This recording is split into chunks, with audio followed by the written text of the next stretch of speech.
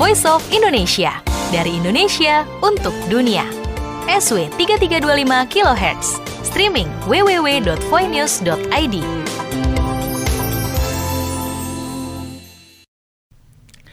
Voice of Indonesia dari Indonesia untuk dunia. Jumpa lagi pendengar dengan saya Wahyu Setiobudi, host Anda di acara VOA Biztalk Inspirasi Bisnis, Manajemen dan Kewirausahaan khusus bagi Anda wirausahaan Indonesia. Apa kabar semuanya? Mudah-mudahan dalam keadaan sehat, bersemangat dan optimis selalu. Pendengar, kalau kita lihat teknologi digital saat ini sudah sangat merasuk di dalam kehidupan kita. Mulai dari tidur, bangun tidur, sampai tidur lagi, teknologi digital sudah tercelup sempurna mewarnai dunia kita. Namun demikian, menurut data Kementerian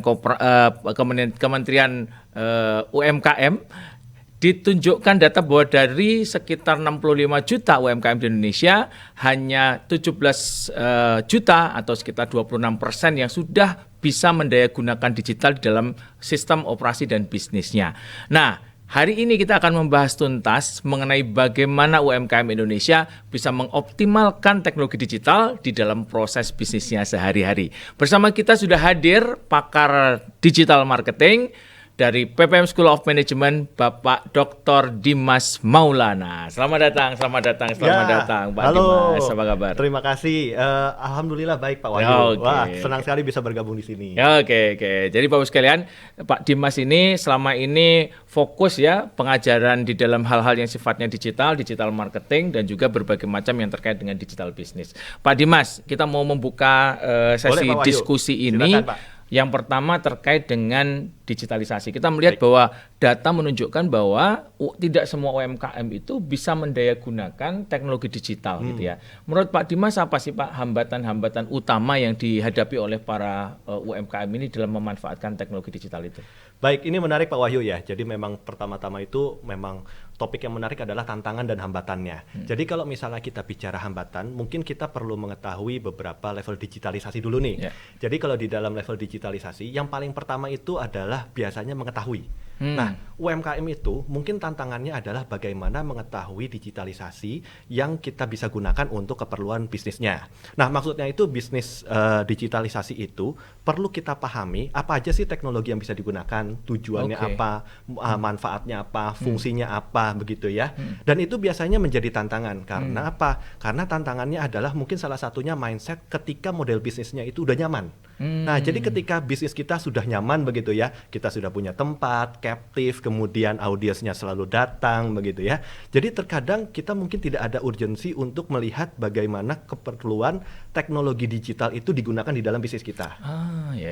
Jadi kalau begitu, maka di mana kita untuk mengetahui teknologi digital itu menjadi tidak urgent. Nah, itu menjadi tantangan pertama. Jadi kalau misalnya untuk mengatasi ini biasanya adalah dengan cara banyak melihat. Nah, dengan cara melihat begitu ya, mungkin kita bisa mendapatkan cakrawala baru, kira-kira teknologi digital itu bisa kita gunakan untuk keperluan bisnis seperti apa begitu ya. Nah, jadi tantangannya biasanya adalah mengetahui kira-kira teknologi digital bisa kita gunakan untuk apa. Nah, setelah kita sudah mengetahui begitu Pak Wahyu ya, kira-kira teknologi digital bisa digunakan untuk apa? Tantangan kedua adalah mempelajarinya. Nah, jadi bagaimana teknologi digital itu kan, kita sudah tahu nih manfaatnya, tujuannya begitu ya. Kemudian tantangan kedua adalah kira-kira bagaimana mengoperasikannya gitu ya. Gimana cara menggunakannya. Nah, berarti kita harus melakukan pembelajaran mengenai teknologi digital tersebut. Nah, ini adalah tantangan lain karena kita berarti kan harus mengetahui know-how-nya, kemudian kira-kira manfaatnya seperti apa, peluangnya seperti apa, dan mungkin kita harus evaluasi nih dari berbagai alternatif teknologi digital, mungkin ada satu yang paling tepat untuk model bisnis kita, untuk aktivitas kita, dan juga untuk pelanggan kita. Nah, jadi yang kedua tantangannya adalah mempelajarinya. Nah, setelah kita sudah mengetahui manfaatnya, kemudian bagaimana kita mempelajarinya, tantangan berikutnya nih Pak Wahyu adalah yang terakhir, bagaimana kita eksekusinya. Nah, bisa jadi misalnya kita mungkin bisa lihat ada dua model bisnis yang sama, kemudian mereka menggunakan teknologi yang sama, tapi ternyata ketika mereka menggunakan teknologi tersebut, outputnya bisa berbeda. Nah, kenapa? Karena ketika di dalam eksekusinya ada banyak hal yang mungkin perlu dipertimbangkan. Misalnya saja dari kreativitasnya. Mungkin ketika menggunakan teknologi digital yang paling umum itu adalah menggunakan media sosial, Pak Wahyu. Adalah untuk mengkomunikasikan, mempromosikan produk begitu ya. Dan ternyata copywriting-nya itu yang satu dan yang lain berbeda. Yang satu mungkin lebih lengkap, lebih relevan, lebih up to date, lebih fresh begitu ya, dibandingkan mungkin pelaku yang lain. Nah, di situ meskipun kita sudah menguasai penggunaan teknologi digitalnya, tapi ada hal yang lain, yaitu bagaimana eksekusi dari teknologi digitalnya itu. Nah, jadi ada 3 level tuh Pak Wahyu yang paling penting. Pertama mengetahuinya dulu, kemudian gimana mempelajarinya, dan yang ketiga eksekusinya. Ya, menarik ya. Nah, jadi kalau kita misalkan petakan praktek-praktek pemanfaatan dan teknologi digital kepada UMKM nih, apapun bentuk UMKM-nya ya, itu biasanya yang pertama adalah dia sudah mulai tahu dulu ya, tapi belum bisa menjalankan gitu ya. Betul. Jadi tahu tapi belum, atau mungkin yang pertama levelnya belum tahu ya. Iya, ada betul. banyak malah Pak Dimas ini kalau kita diskusi dengan teman-teman yang sudah jalan ya, teman-teman yang jualan misalkan melalui punya koperasi, dia naruh di tempat koperasi makanan itu misalnya, atau kemudian dia bikin garment, bikin punya toko penjahit gitu. Satu, dia masih nggak ngerti apakah digital itu bisa dipakai nggak untuk mengempower bisnisnya gitu ya. Karena saya udah jalan nih sekarang, pelanggan sudah ada. Bahkan kadang-kadang orang bilangnya gini, sekarang nggak pakai digital aja, sekarang udah penuh saya gitu kan. Nah, jadi ini nomor satu, kadang-kadang banyak teman-teman di UMKM itu masih belum tahu kira-kira digital itu bisa di-empowernya di mana. Tadi katakan Pak Dimas. Nah, yang kedua adalah setelah tahu, kemudian dia harus belajar gitu ya, apa saja yang bisa digunakan dari yang tersedia. Betul. Tadi Pak Dimas mengatakan yang paling umum adalah media sosial, itu sebagai sarana komunikasi ya. Selain itu apalagi ya, ada channel juga ya, sebagai channel, ada channel digital. Terus kemudian kalau misalkan untuk beberapa hal yang kaitannya dengan teknologi penyelenggaraan produksi, itu kayak misalkan printing, zaman dulu sablon pakai sablon biasa, sekarang sablonnya udah pakai sablon print misalkan gitu ya. Ini ada juga terkait dengan penyelenggaraan atau menjalankan. Nah, di antara yang menjalankan ada yang berhasil, ada yang gagal, ya kan? Nah, kadang-kadang yang udah menjalankan, saya udah tahu, udah belajarnya juga udah susah, menjalankan gagal gitu kan, frustasi itu. Betul. Ada frustasi juga. Nah, ini kadang-kadang ada beberapa tingkatan ya. Nah, jadi kalau kita lihat nanti para pendengar silahkan cek sendiri, sekarang ini kondisi kita atau kondisi para pendengar sekarang ini pada level apa nih? Masih pada level masih belum tahu banget gitu ya, atau sudah mulai belajar tapi belum menjalankan. Ada teman-teman yang sudah menjalankan tapi belum berhasil, atau yang sudah berhasil dan sudah bisa menjadi role model. Jadi ada 4 tingkatan ya, ini kita sebut sebagai kedewasaan dari UMKM di dalam menjalankan teknologi digital. Oke, menarik sekali. Nah, Pak Dimas, kadang-kadang ini kita masih punya ya, saya kadang-kadang suka menemui nih pertanyaan-pertanyaan, salah satunya begini, emang semua UMKM itu harus masuk digital? Kan nggak semuanya juga harus masuk digital. Nah, kira-kira menurut Pak Dimas gimana persepsinya? Apakah semua UMKM ini harus masuk digital, Pak Dimas? Baik. Nah, mungkin begini Pak Wahyu, kalau misalnya tanggapan saya Pak ya, untuk masuk ke dunia digital itu sebetulnya tantangannya itu adalah biasanya kalau saya mau masuk dunia digital, saya harus lebih aktif begitu ya. Karena mungkin ada aktivitas-aktivitas lain seperti membuat konten, kemudian mungkin produksi konten, kemudian kita harus konsisten dalam melakukan updating kontennya itu. Nah, itu biasanya yang menjadi tantangan di mana, wah ini kayaknya agak sulit nih dengan sumber daya saya, waktunya juga udah terbatas begitu ya. Kemudian atau mungkin tantangan lainnya adalah biaya itu ya biasanya ya, wah kayaknya biayanya itu agak gede deh kalau misalnya mau masuk ke dalam dunia digital. Nah, tapi dari sini mungkin kita bisa lihat adalah di dalam dunia digital itu kita bisa bagikan ke dalam 2 hal. Yang pertama itu adalah aktif, yang kedua adalah pasif. Artinya, jadi kalau kita masuk ke dalam dunia digital, saat ini sepertinya adalah sesuatu yang wajib begitu ya Pak Wahyu ya. Nah, karena apa? Karena memang kalau kita lihat perilaku konsumen saat ini, kayaknya itu udah menggunakan handphone, smartphone tuh setiap hari begitu ya. Apalagi ada berita, ada laporan itu yang mengatakan bahwa jumlah smartphone yang aktif di Indonesia itu lebih banyak dibandingkan jumlah penduduk Indonesia begitu kan. Nah, artinya apa? Artinya penggunaan teknologi digital itu adalah sesuatu yang sangat umum di Indonesia. Nah, oleh karena itu, apabila mungkin teman-teman UMKM itu memiliki kendala begitu ya di dalam konsistensi produksi konten, mungkin yang kita pikirkan adalah bagaimana masuk ke dalam dunia digital secara pasif. Artinya, ketika kita masuk ke, misalnya yang pasif itu adalah kita masukkan identitas bisnis kita di di Google Maps gitu ya. Nah, lokasi kita ada di mana begitu ya. Nah, itu kan adalah sesuatu yang pasif dan tidak perlu kita update. Cukup sekali aja kita bikin, presensi kita di Google Maps itu lokasinya ada di jalan apa. Sesederhana itu begitu ya. Kemudian atau yang kedua, mungkin kita bikin website secara sederhana tanpa perlu update. Jadi websitenya itu adalah isinya adalah produk kita, kemudian mungkin adalah lokasinya di mana, atau mungkin frequently asked question gitu ya. Dan nggak perlu kita update gitu, kecuali mungkin ada update harga. Nah, hal-hal yang sederhana itu adalah mungkin bagaimana kita bisa membangun presensi digital kita secara pasif. Nah, tapi kalau misalnya kita sudah ingin lebih komitmen lebih jauh, mungkin kita bisa masuk ke dalam scaling up atau empowering bisnis kita dengan menggunakan digital presence yang aktif. Misalnya dengan membuat konten di media sosial, atau mungkin menulis artikel, atau mungkin kita bisa masuk ke dalam media channel yang lain, atau bahkan channel distribusi lain seperti ada marketplace, ada e-commerce. Nah, itu kan adalah empowering bisnis kita secara aktif begitu Pak Wahyu. Nah, tapi kalau misalnya tanggapan saya, sepertinya sekarang untuk membangun presensi bisnis kita di dalam dunia digital itu wajib. Mungkin nggak perlu aktif, tapi pasif itu adalah sesuatu yang penting sekali. Ya, menarik sekali ya. Jadi ternyata tidak harus harus menggunakan artificial intelligence. Wah, nggak perlu Pak. Virtual reality gitu nggak terlalu harus sampai ke sana ya. Betul. Ternyata jadi tadi sampaikan oleh Pak Dimas bahwa bukan pertanyaannya kita harus apakah harus masuk atau tidak, bukan itu pertanyaannya. Betul. Tapi seberapa jauh gitu ya saya mau masuk ke dalam digital gitu ya, atau seberapa aktif saya akan melakukan proses itu ya. Tentu ini juga kaitannya dengan strategi perusahaan juga ya. Betul Pak Dimas ya. Kadang-kadang ini kadang-kadang nih Pak Dimas ya, UMKM tuh nggak mau bertumbuh gitu. Kan ini kaitannya dengan strategi juga ya. Orang masuk ke digital karena dia pengen bertumbuh kan. Betul. Marketnya pengen lebih luas, revenue-nya pengen bertambah gitu. Nah, kadang-kadang ada UMKM yang mengatakan saya segini aja udah cukup gitu. Yes. Jadi tidak mau men-trade dengan aktivitas baru. Nah, itu gimana kalau kita lihat dari sisi strategi organisasi ya?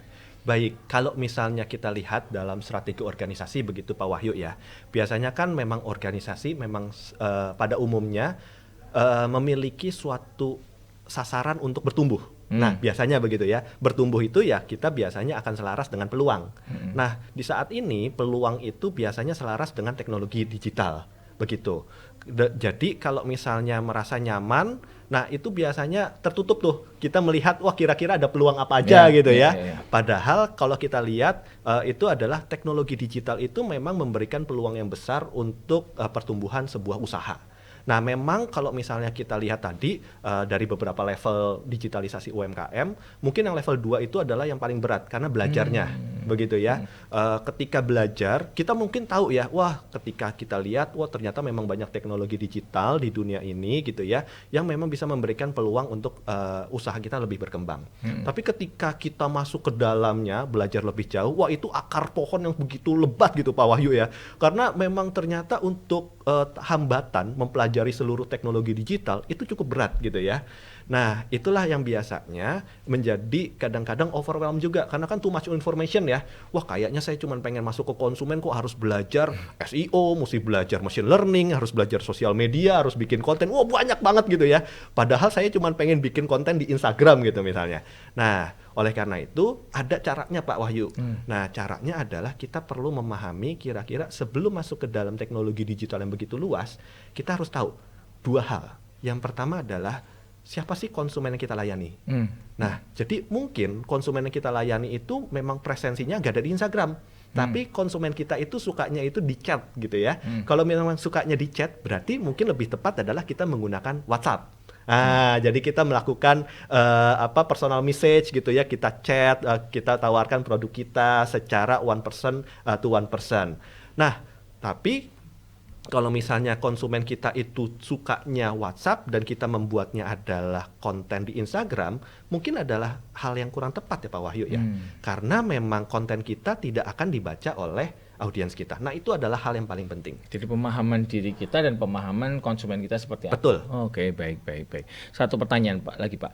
Nah ini banyak yang merasa ini ya, wah ini kalau digital ini saya sudah terlambat nih kayaknya. Karena udah banyak ya misalkan pesaing-pesaing kita yang sudah masuk ke digital. Jadi saya udah terlambat nih masuk digital. Yaudah saya gini aja deh supaya secara kompetisi itu ada difference-nya gitu. Yes. Saya nggak masuk ke digital, yang lain masuk ke digital. Nah ini menurut Pak Dimas gimana?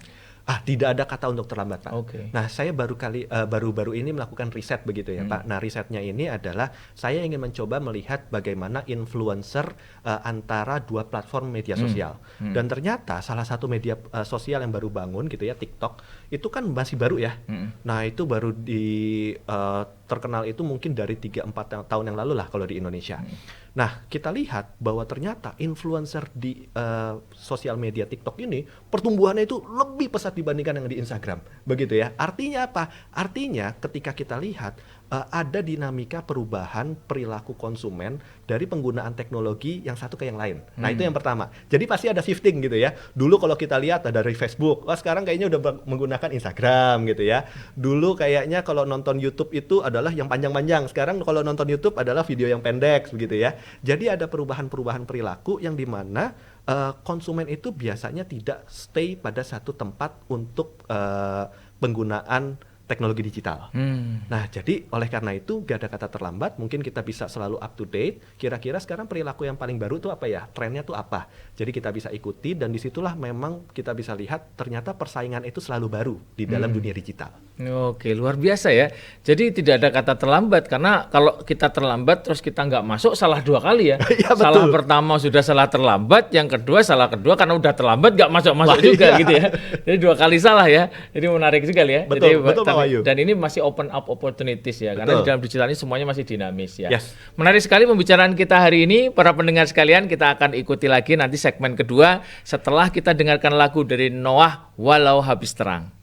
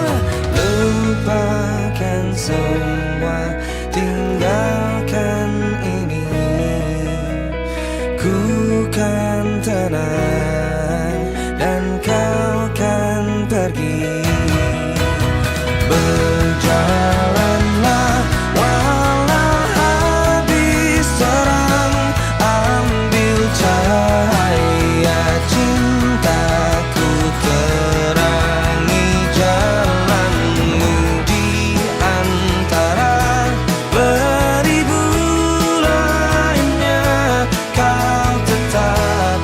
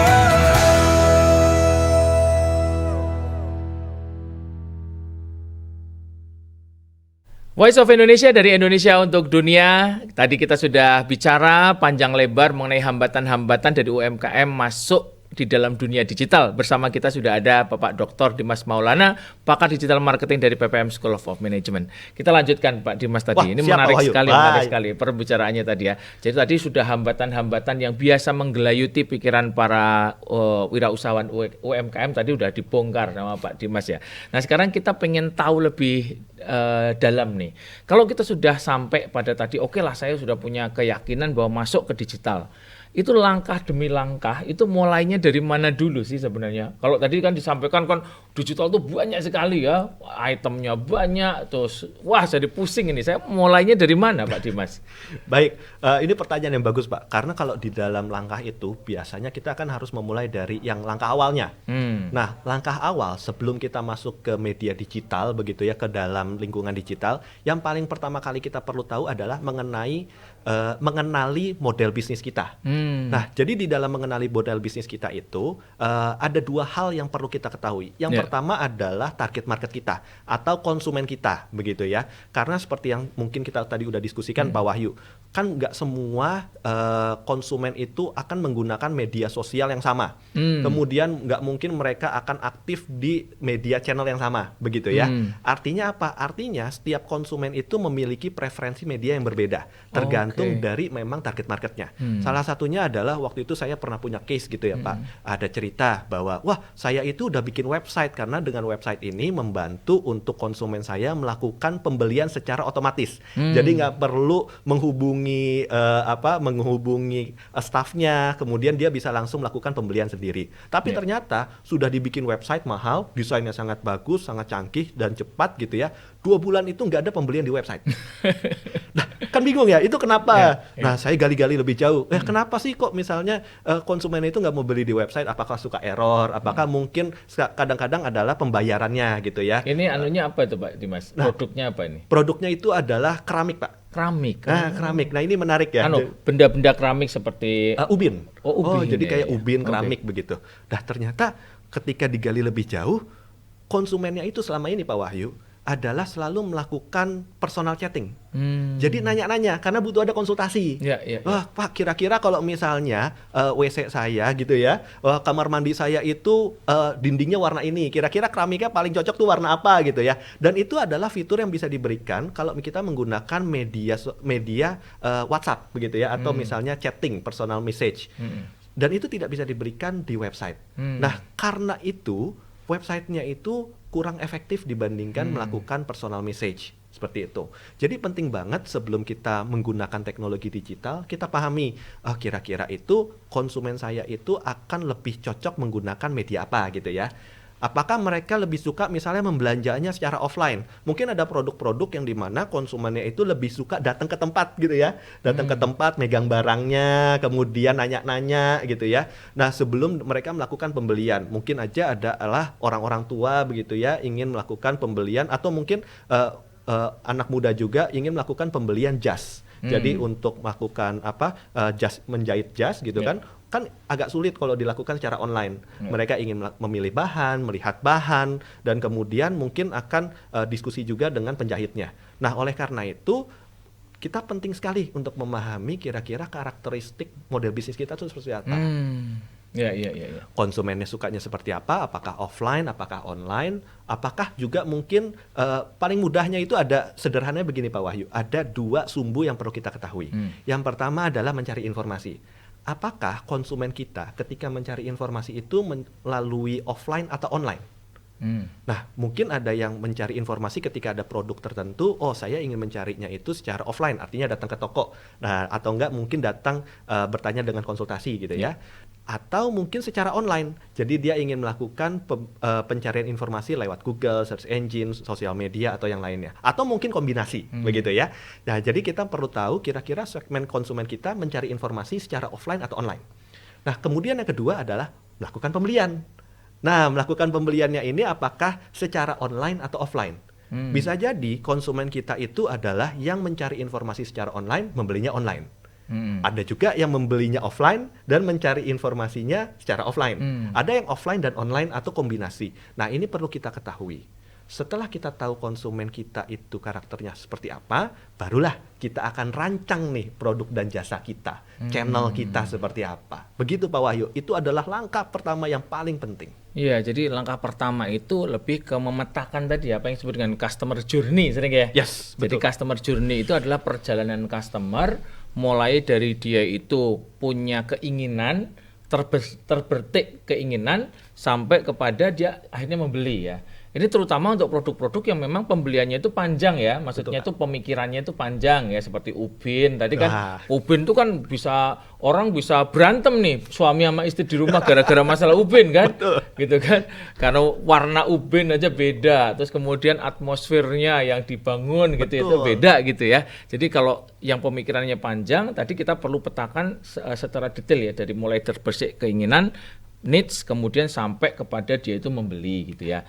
Nah kalau misalkan kadang-kadang kalau produk-produk yang sederhana itu kan journey-nya nggak panjang ya Pak Dimas ya. Misalkan kayak beli makanan atau kemudian kita makanannya juga yang sifatnya snack-snack gitu, minuman-minuman boba gitu kan. Itu kan nggak panjang ya. Itu termasuk juga customer tadi ya. Karena kita bicara ada boba yang minumnya juga online gitu ya. Bukan minumnya online, salah ya, belinya online gitu ya. Yes. Ada boba yang belinya offline juga ya. Betul. Nah ini mana yang lebih besar di kita gitu ya. Nah ini perlu kita pahami dulu customer senangnya seperti apa gitu. Betul, ini sebagai tahap pertama dari cara kita masuk digital. Nah tahap keduanya apa nih Pak Dimas?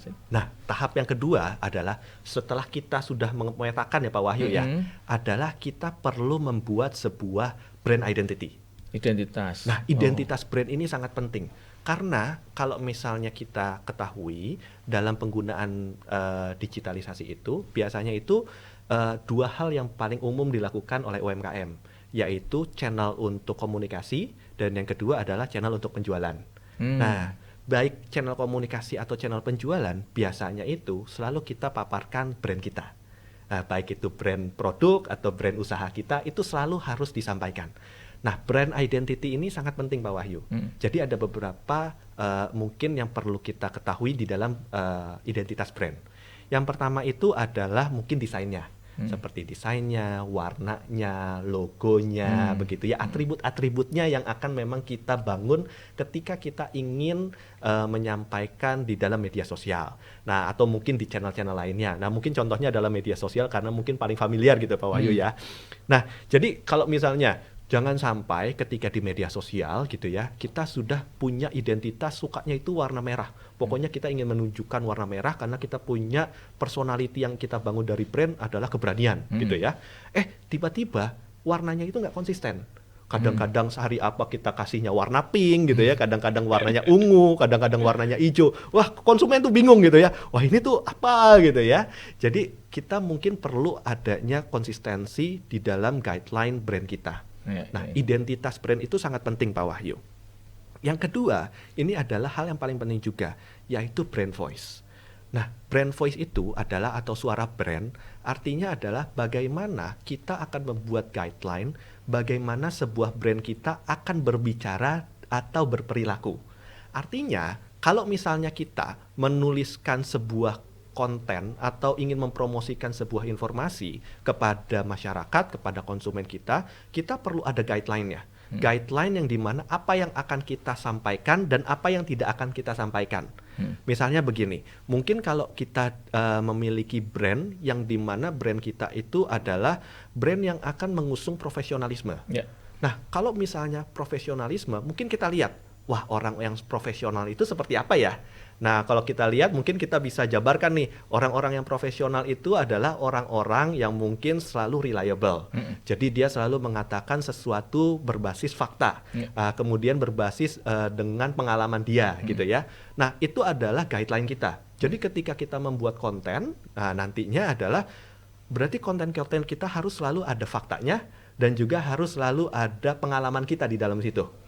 Nah, itu adalah guideline kita. Kemudian mungkin kita juga ingin sebagai profesional selalu cepat tanggap. Jadi ketika ada komentar dari konsumen kita, dari pengikut kita mungkin memiliki sebuah SOP untuk membalas maksimal 15 menit begitu ya.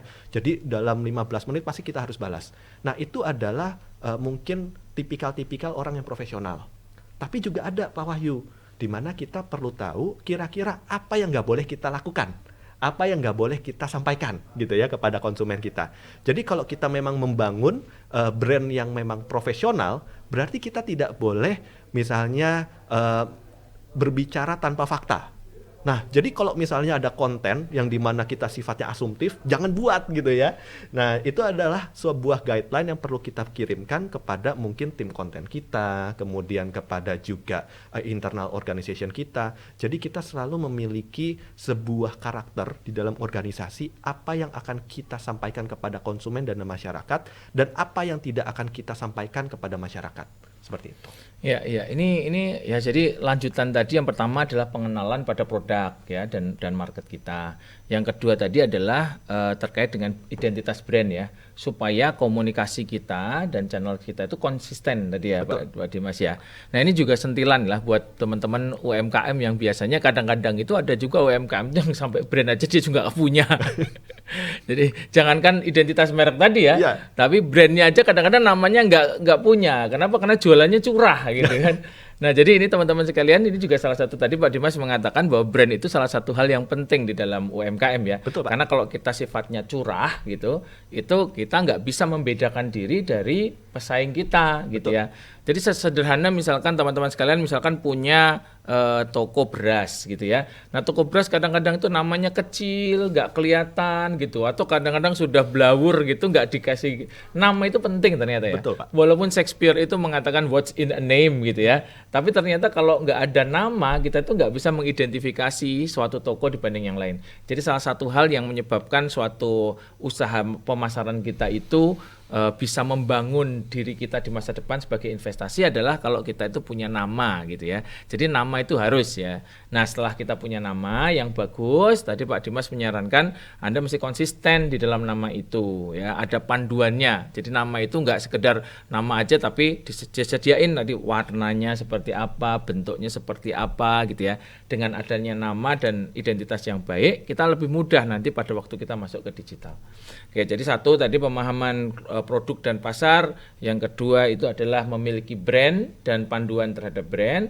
Nah, habis itu langkah ketiga apa Pak Dimas? Nah, langkah ketiga kalau misalnya kita sudah ada panduannya Pak Wahyu, nah berarti kita bisa akan membuat produksinya. Oke. Nah, ini yang produksi ini maksudnya produksi kontennya. Oh, produksi konten. Berarti kan menarik ya. Ketika kita misalnya sudah tahu nih market kita seperti apa, perilakunya seperti apa. Dia ternyata kita lihat ada peluang bahwa market kita itu suka masuk ke e-commerce atau misalnya masuk ke marketplace gitu ya. Nah, dengan ada panduan yang seperti tadi, brandnya, brand identity kita, logo kita, kemudian apa yang akan kita sampaikan, apa yang tidak akan kita sampaikan. Nah, selanjutnya berarti kita akan masuk ke dalam kanal-kanal preferensi dari target market kita. Misalnya tadi marketplace begitu ya. Jadi marketplace ini konsumen kita selalu membeli barang di marketplace yang ada di Indonesia. Kemudian berarti kalau gitu kita akan membuka toko di marketplace dan kita akan memasukkan listing produk kita di marketplace. Nah, di listing produk kita itu akan selalu mengikuti panduan dari brand guideline tadi.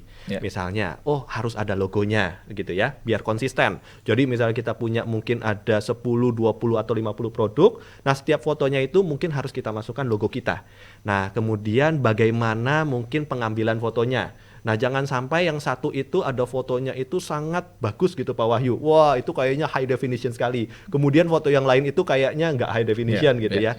Jadi itu kita harus konsisten. Kenapa konsistensi itu penting? Karena konsumen itu secara sederhana pasti mereka akan melihat kira-kira ini memang reputasinya baik atau tidak. Nah, konsistensi itu akan membangun sebuah reputasi gitu. Jadi kita harus pastikan konsistensinya. Yang kedua adalah konten informasinya. Mungkin kalau di marketplace kita perlu tahu adalah guideline di dalam spesifikasi produknya. Mungkin kira-kira gimana ya, misalnya kita menjual makanan, spesifikasi produknya adalah gramasinya, beratnya, kemudian unit piecesnya, kemudian mungkin kita tambahkan kalorinya. Nah, hal-hal seperti itu harus lengkap Pak Wahyu. Dan itu harus ada panduannya, seperti itu. Nah, itu adalah salah satu contoh misalnya kalau kita masuk ke dalam media penjualan. Tapi kalau gimana kalau misalnya masuk ke media komunikasi? biasanya kita akan dekat dengan istilah yang disebut juga dengan konten pilar. Nah, konten pilar ini adalah bagaimana kita memiliki sebuah pilar-pilar konten yang akan kita gunakan untuk membangun sebuah topik-topik di dalam promosi kita. Misalnya saja, ternyata kita punya sasaran di dalam media sosial kita untuk meningkatkan follower. Nah, ternyata follower-follower kita itu tertarik untuk mengetahui mengenai kalori intake dari sebuah makanan. Nah, oleh karena itu mungkin kita harus menambahkan konten pilar yang bersifat product education. Nah, product education ini artinya kita mengedukasi konsumen mengenai kira-kira kalori makanan seberapa besar, kemudian nutrisinya seperti apa, kemudian cara menggunakan produknya seperti apa. Nah, itu akan kita jabarkan tuh Pak di konten pilar. Nah, apakah konten pilar itu hanya satu topik aja? Enggak. Kita bisa memasukkan banyak topik-topik di dalam konten pilar. Tapi mungkin agar terarah, maksimal konten pilar itu adalah 5. Nah, yang paling umum konten pilar itu apa? Adalah biasanya ada product education, kemudian ada promosi, kemudian ada entertainment, nah, kemudian ada juga kolaborasi, atau yang kelima mungkin adalah engagement. Artinya kita menanyakan kira-kira konsumen itu sukanya apa, membutuhkan apa, dan bagaimana mereka selama ini melihat kita, begitu. Wah, menarik sekali ya. Jadi tadi langkah ketiga adalah sudah mulai memproduksi konten. Betul. Ya, konten yang bagus tadi punya beberapa persyaratan ya. Ada tadi cocok, kemudian standar ya, sehingga kemudian kualitasnya itu bisa memanjakan lah ya mata dari para pendengar, para konsumen kita gitu ya. Oke, pendengar, ini pembicaraan yang menarik. Kita akan lanjutkan nanti setelah kita dengarkan lagu manis dari Yofi, Glenn dan Tulus, Adu Rayu.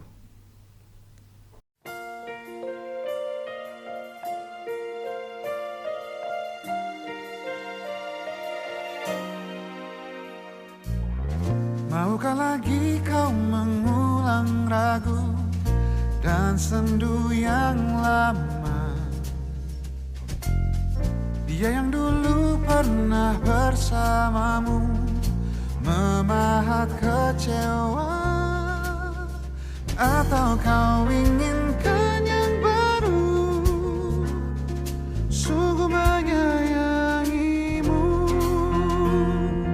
Aku ingin dirimu yang menjadi milikku, bersamaku mulai hari ini, hilang ruang untuk cinta yang lain.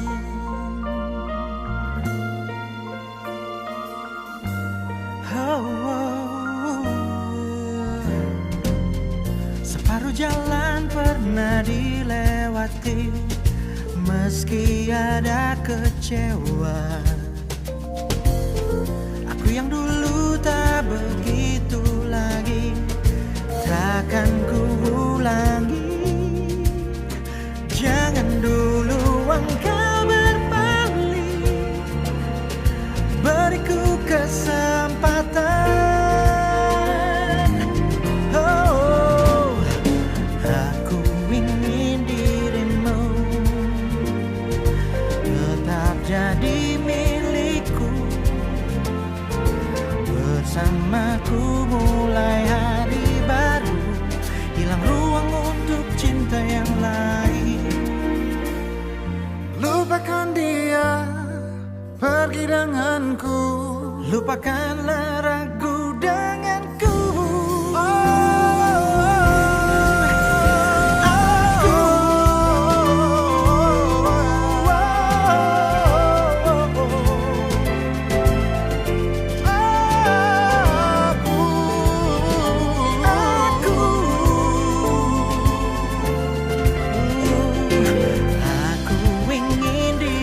aku ingin dirimu Tetap jadi milik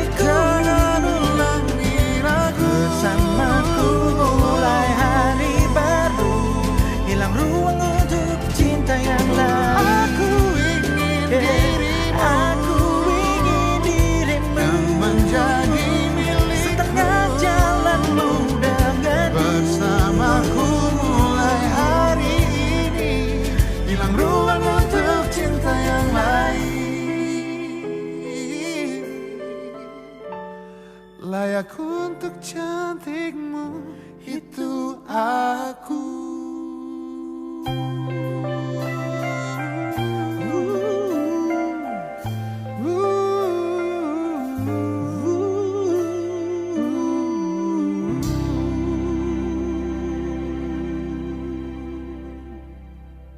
Voice of Indonesia dari Indonesia untuk Dunia. Jumpa lagi di dalam segmen VOI Biztalk episode 10. Kali ini kita bicara mengenai bagaimana memanfaatkan dunia digital di dalam aktivitas bisnis UMKM kita. Bersama kita sudah masih hadir Pak Dimas Maulana. Dr. Dimas Maulana adalah pakar digital marketing dari PPM School of Management. Pak Dimas, tadi sudah kita bicarakan tentang menggali konten ya Pak Dimas ya, setelah menggali konten. Nah kemudian berikutnya kita ingin bertanya Pak, di antara sekian banyak, tadi kita bicara mengenai marketplace ya. Kalau marketplace berarti kita bisa bicara ada Tokopedia, ada Bukalapak gitu ya. Terus kemudian ada beberapa marketplace yang lain lah ya, yang besar-besar di Indonesia. Ini kita mesti masuk semua ke sana atau kita mesti memilih Pak di antara sekian banyak marketplace yang ada itu? Kita bisa nggak Excel pada semua marketplace sempurna, bagus, pembelian di semua marketplace, dibuka semua atau kita pilih Pak? Biasanya Pak, mungkin ada beberapa case ya Pak. Ada yang ketika masuk ke dalam marketplace itu karena dia udah masuk ke satu tempat dan dia udah Excel di tempat itu. Jadi ketika dia masuk ke dalam marketplace yang lain, sepertinya kurang motivasi gitu ya. Karena yang satu itu penjualannya itu udah 1.000, 2.000, yang satu nggak ada penjualan. Akhirnya, wah kayaknya ya udah saya masuk ke dalam satu marketplace aja. Ada juga yang strateginya itu adalah masuk ke seluruh marketplace. Nah, ketika masuk ke seluruh marketplace, terus kemudian kita lihat kira-kira yang paling sukses yang mana gitu ya. Nah, itu juga ada. Ada juga Pak, yang dimana strateginya seperti ini. Jadi fokusnya itu adalah kita menggiring konsumen ke dalam marketplace kita. Jadi misalnya kita menggunakan adalah sosial media Instagram gitu ya. Nah di sosial media ini mungkin kan ada link tree itu Pak. Biasanya kan kalau kita buka profile, kemudian ada tuh yang di atas ada jumlah followernya, kemudian jumlah postnya. Dan di bawahnya itu kan biasanya ada URL link tree. Nah ketika kita buka link tree-nya, ternyata ada banyak marketplace gitu ya. Nah jadi di mana biasanya hal itu untuk menggiring sesuai dengan preferensi konsumennya. Artinya apa? Misalnya mungkin ada salah satu konsumen yang dia adalah platinum member di Tokopedia gitu ya, atau mungkin dia adalah member yang lebih senior di Shopee gitu. Jadi ada banyak strategi. Mungkin kalau untuk strategi mana yang paling tepat, biasanya adalah kita masuk kemana aja pun nggak masalah Pak. Kita bikin tiga-tiganya nggak ada masalah, asalkan gratis gitu kan. Nah, masuk marketplace kan masih gratis gitu Pak Wahyu. Jadi nggak ada masalah gitu. Kalau terkait dengan tadi kan kalau marketplace itu media ya, channel ya. Kalau channel channel penjualan ya. Kalau channelnya adalah channel komunikasi, seperti apa Pak treatmentnya? Bagaimana saya memilih channel komunikasi yang paling pas untuk saya? Menarik Pak. Jadi kalau untuk memilih channel komunikasi yang paling bagus Pak Wahyu, itu biasanya kita akan melihat dua hal. Yang pertama adalah target market kita dulu. Nah tadi, kira-kira preferensi konsumen kita itu akan senang mendengarkan informasi melalui cara apa? Nah tadi ya, mencari informasi misalnya kita lihat ternyata apakah offline atau online. Nah kalau online itu biasanya mereka, misalnya sebagai contoh begini Pak Wahyu, untuk produk kita ada beberapa produk yang dimana konsumen itu langsung beli ketika melihat iklan. Nah kalau misalnya konsumen itu langsung beli ketika melihat iklan, berarti ya mungkin adalah channel komunikasi kita langsung iklan aja gitu ya. Tapi mungkin ada produk-produk yang dimana konsumen itu perlu melakukan evaluasi lebih lanjut. Artinya apa? Misalnya produknya itu cukup beresiko untuk konsumen digunakan, kayak produk kecantikan ya. Kalau misalnya konsumen itu melihat produk kecantikan, mungkin kan nggak akan langsung beli, tapi dia akan lihat dulu apakah benar atau enggak. Kemudian dia akan melakukan search engine marketing, dia akan ketik gitu ya, produk brand A apakah betul gitu ya, produk brand A apakah berbahaya atau tidak gitu ya. Kemudian nanti dia akan lihat, ternyata ada yang mengatakan ini sudah bagus. Dia nggak percaya juga, dia buka website-nya lagi gitu ya. Kemudian dia buka mungkin di sosial media lain yang mengendorse produk tersebut. Nah setelah dia sudah yakin, barulah dia akan melakukan pembelian produk itu. Artinya apa? Artinya ketika kita lihat customer journey dari sebuah konsumen, dari seorang konsumen terhadap suatu produk, itu berbeda-beda. Nah, penting banget makanya untuk kita sebagai pelaku usaha mengetahui customer journey konsumen kita tuh seperti apa sih? Apakah mereka itu membutuhkan waktu yang lama untuk mempertimbangkan membeli barangnya atau tidak?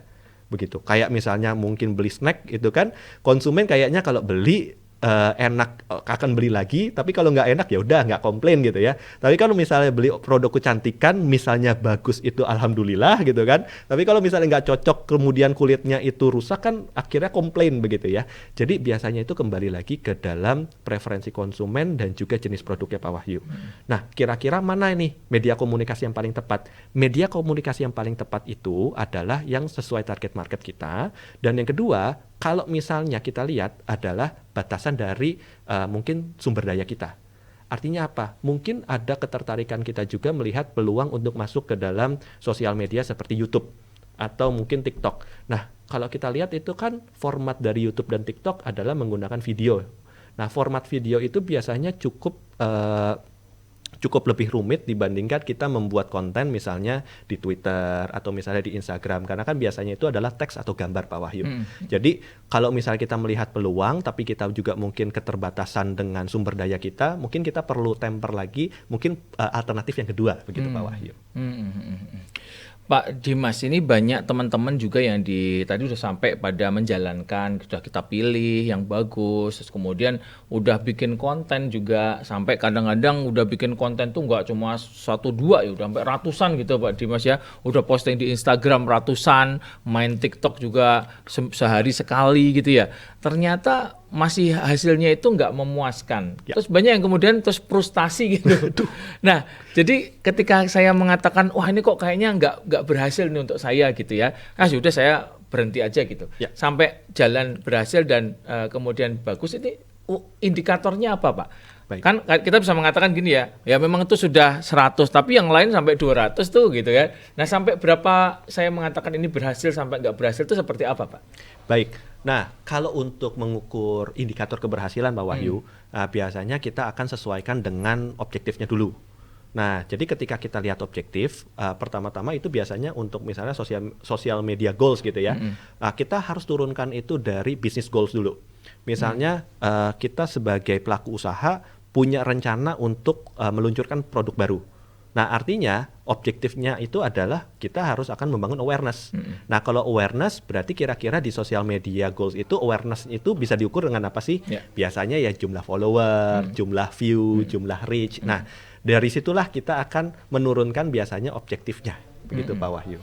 Jadi sesuaikan dengan objektif kita gitu. Betul. Ya. Tapi jangan mudah patah semangat gitulah kira-kira ya. Oke, terima kasih nih Pak Dimas. Aduh, luar biasa pendengarnya bahasan kita hari ini. Tadi kita bahas bersama dengan Pak Dimas Maulana. Yang pertama, kita sebagai UMKM masuk ke dalam dunia digital itu sudah merupakan tuntutan zaman. Barang siapa yang tidak masuk ke dalam dunia digital di saat ini akan tertinggal. Pertanyaannya adalah seberapa cepat, seberapa jauh, dan alat-alat apa yang akan kita gunakan di dalam dunia digital itu. Nah, para pendengar, kita tadi sudah bahas bersama bahwa ada tahap-tahapan ketika kita menerapkan digital. Yang pertama adalah mengetahui dulu konsep-konsep digital itu. Jadi ada yang sudah tahu, tapi belum bisa tahu banyak. Nah, untuk bisa tahu banyak perlu ditingkatkan knowledge-nya sehingga kemudian tahu, ada tahap belajar ya. Kemudian setelah belajar kita tahap berikutnya adalah tahap menjalankan gitu ya. Ada yang sudah menjalankan tapi belum berhasil. Ya, jadi level ketiga sudah menjalankan tapi belum berhasil.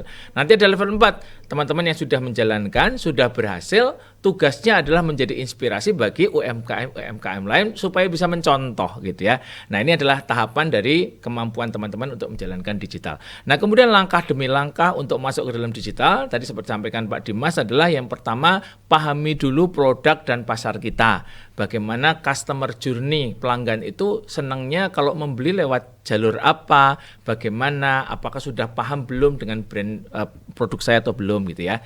Nah, berikutnya adalah membangun brand atau membangun merek yang kuat bersama brand dan identitasnya, maksudnya supaya konsisten. Nah, kemudian tahap berikutnya adalah membangun konten-konten kalau Anda mau masuk ke komunikasi atau membangun channel kalau kita mau masuk ke penjualan ya. Dengan kemudian membuat konten-konten yang selaras dengan tujuan kita ketika masuk. Dan yang terakhir adalah mengukur keberhasilannya dan jangan frustasi kalau belum berhasil. Karena di dalam digital itu ada istilah perkembangannya itu eksponensial. Jadi pada waktu awal mungkin landai, pada suatu titik tertentu dia akan mengalami eskalasi dengan cepat apabila kita konsisten. Oleh karena itu jalan panjang ini perlu didaki. Perjalanan ribuan kilo itu dimulai dari langkah pertama. Jadi oleh karena itu para pendengar, mudah-mudahan kita bisa sukses meniti jalan ini. Kita akan jumpa lagi di sesi berikutnya di dalam episode Voice Talk berikutnya. Salam sukses, salam semangat dan optimis untuk UMKM Indonesia yang berjaya. Voice of Indonesia, dari Indonesia untuk dunia. SW 3325 kHz. Streaming www.voinews.id.